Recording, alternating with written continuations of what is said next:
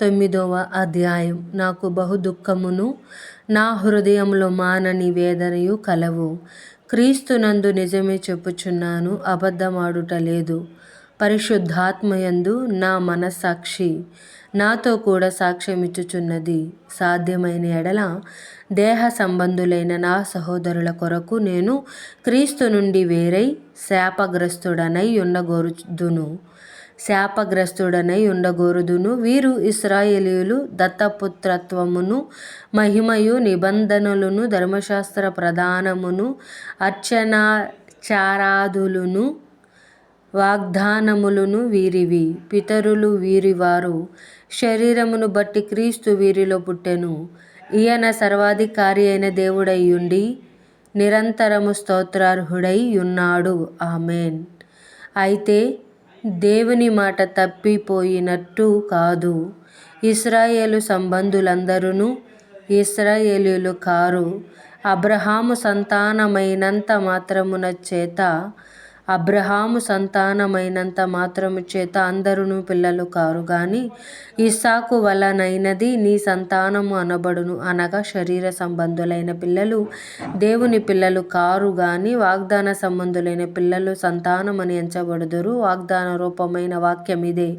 మీదిటికి ఈ సమయమునకు వచ్చెదను, అప్పుడు షారాకు కుమారుడు కలుగును. అంతేకాదు, రిబ్కా మన తండ్రి అయిన ఇస్సాకు అను ఒకని వలన గర్భవతి అయినప్పుడు ఏర్పాటును అనుసరించిన దేవుని సంకల్పము క్రియల మూలముగా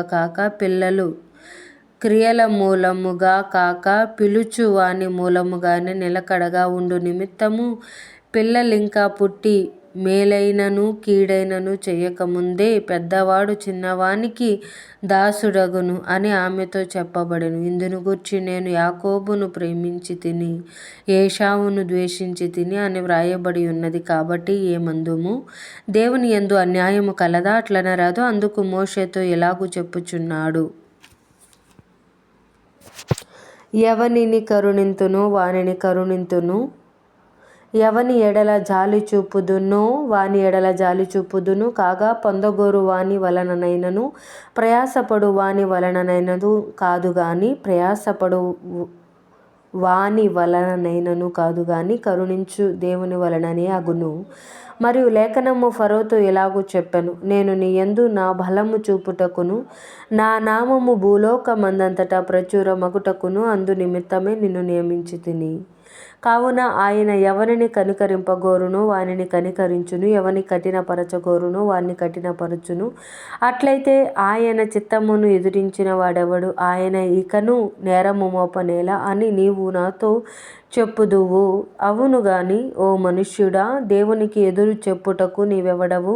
నన్నెందుకిలాగు చేసితివని రూపించిన వానితో చెప్పునా?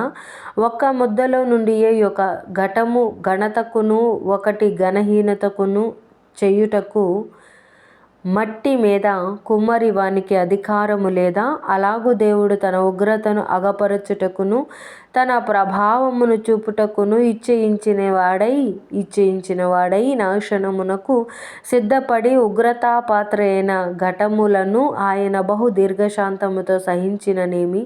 మరియు మహిమ పొందుటకు ఆయన ముందుగా సిద్ధపరచిన కరుణాపాత్ర ఘటముల ఎడల, అనగా యూదులలో నుండి మాత్రము కాక అన్యజనులలో నుండియు ఆయన పిలిచిన మన ఎడల తన మహిమైశ్వర్యము కనపరచవలెనని యున్ననేమి?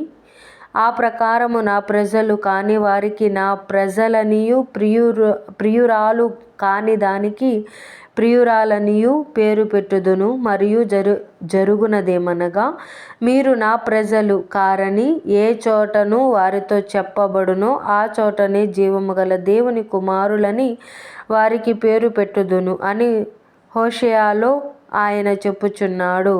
మరియు ప్రభువు తన మాట సమాప్తము చేసి క్లుప్తపరచి భూలోకమునందు దానిని నెరవేర్చును గనుక ఇశ్రాయేలు కుమారుల సంఖ్య సముద్రపు ఇసుక వలె ఉండినను శేషమే రక్షింపబడునని యెషయాయు ఇశ్రాయేలును గూర్చి బిగ్గరగా పలుకుచున్నాడు. మరియు యెషయా ముందు చెప్పిన ప్రకారము సైన్యములకు అధిపతియగు ప్రభువు మనకు సంతానము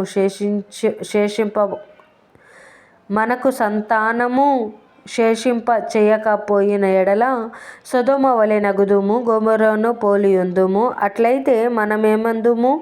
నీతిని వెంటాడని అన్యజనులు నీతిని అనగా విశ్వాస మూలమైన నీతిని పొందిరి. అయితే ఇశ్రాయేలు నీతి కారణమైన నియమమును వెంటాడి నను ఆ నియమమును అందుకొనలేదు.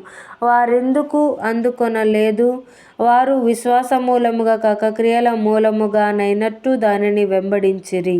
ఇదిగో నేను అడ్డురాతిని, అడ్డుబండను సియోనులో స్థాపించుచున్నాను. ఆయన యందు విశ్వాసముంచువాడు సిగ్గుపరచబడడు అని వ్రాయబడిన ప్రకారము వారు అడ్డురాయి తగిలి త్రొట్టుపడిరి.